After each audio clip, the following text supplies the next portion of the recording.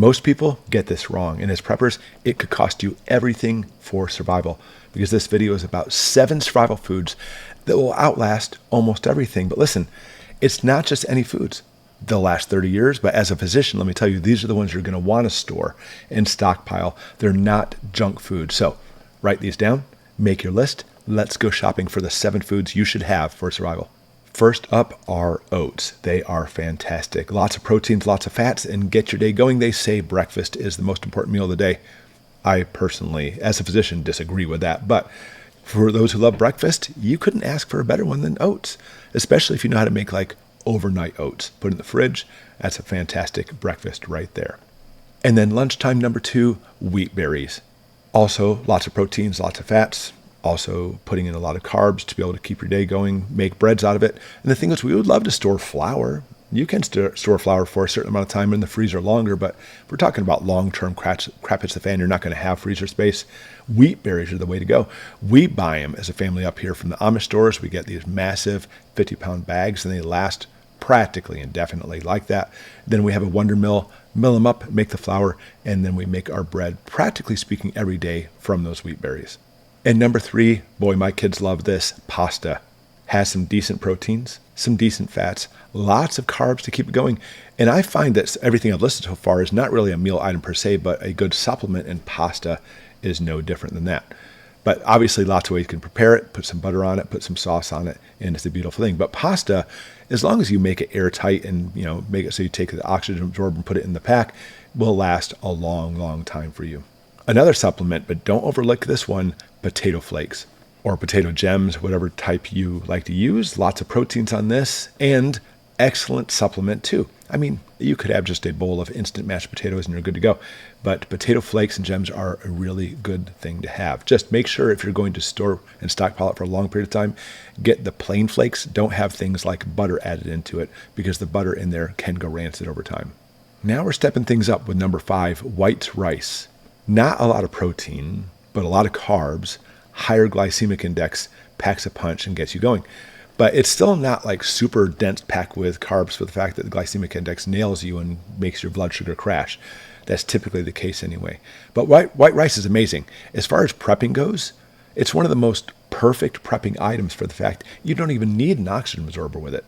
We take old, clean 2-liter bottles, fill it to the max with rice, shake it, fill it up, fill it up, fill it up. So when it's nice and full, you put the lid on, it will actually absorb enough of its own oxygen, doesn't take much, and will seal the bottle. It's fantastic. And it's so inexpensive. Obviously, we go to like Sam's Club or Costco and get the mammoth bags. You don't even have to go there. You can get it from Walmart or wherever. But white rice is a fantastic thing. The only thing it doesn't have is all the essential fats and proteins you need. So that's why we go to number 6, dried beans. And I could say dried legumes, anything that fits in this category, from beans, black beans, kidney beans, chili beans, lentils.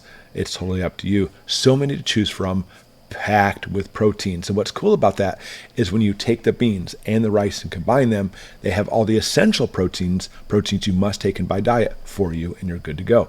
So rice and beans complement each other perfectly. Those two alone have almost everything you need when it comes to prepping. And unfortunately, a lot of preppers think that's all you need. Rice and beans are good to go. Not at all. They don't have all the essential fats you need. You must have essential fats. We can't make all the fats that we need to be able to carry on metabolic processes. There's certain fats we have to take in by diet. And fortunately, rice and beans don't have those fats. So we go to number 7, canned foods, and this will supply those fats you need. Now, obviously, we have canned foods like canned veggies, canned fruits, canned soups, so many varieties. And I always recommend you have some easy meals to eat in a can in case there's a quick emergency. You don't have to really put things together to make a meal. It's ready to go. But more than anything, I can't stress this enough, canned meats are where it's at. Canned meats, canned chicken, canned beef, sardines. We're talking about some perfect foods, especially if you take the first 6 items on this list and supplement that with the canned meat. So you have some canned beef, have it with some mashed potatoes. You have some canned chicken, put some rice with it. So that way you can make it stretch out a long ways. But you have to have the meats. Well, you have to have the essential fats. And canned foods will last for decades as long as the can is intact. I talk about this on the channel all the time. It's so important to understand this, because people want to spend a lot of money on freeze-dried food. I love freeze-dried food, but a fraction of the price for canned meats. That is the way to go. All right, so there's other things I know that you would probably add to the list, like maple syrup, pure maple syrup, good stuff, honey, sugar, salt, vitamins, got to have your vitamins. But here's the thing, those aren't really foods per se. Nobody's going to sit down and I'm going to have a nice bowl of salt, or even a bowl of honey. Maybe you do, I don't know. So these 7 items are the real foods, but it's always good to have supplement other things like honey, syrup for good sugar, taste and such, sugar, salt, and vitamins, especially vitamin C. That's not the only one. People always think vitamin C and scurvy, that's the only one. There's so many different vitamin deficiencies. So having multivitamins is great. If you can supplement this list of 7 things with like fresh produce from your garden, that's the way to go. That's the serious prepper right there. Because stockpiling is great. Stockpiling canned food, yes, number one. But when you have fresh stuff coming in, whole foods, that's the key to survival.